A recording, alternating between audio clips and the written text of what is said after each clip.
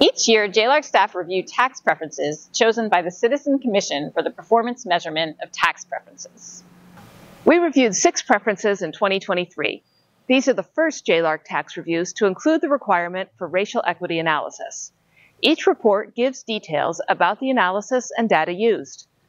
5 of these 6 reports include recommendations for legislative action. Let's start with interstate transportation. We found these preferences make Washington's commercial transportation industry more competitive. They make Washington's taxes lower than other states.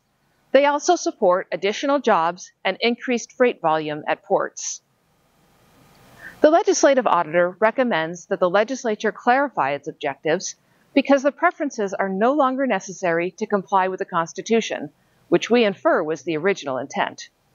In another review, we found that businesses using a preference for rural job creation added over 1,000 jobs, but use is declining, and the wage threshold hasn't been updated in over 25 years.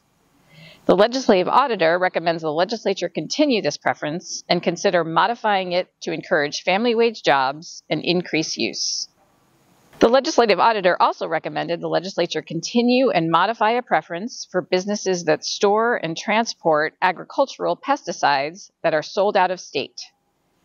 The preference improves industry competitiveness, but the legislature may want to set new metrics or recategorize the preference before it expires in 2026.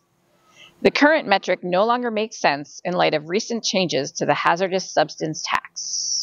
The legislative auditor concludes that a 4th preference, which benefits owners of historic ships and vessels, should be clarified. It's unclear if it met the inferred goal of keeping the vessels in Washington. The 5th preference benefits businesses that offer professional services to international customers.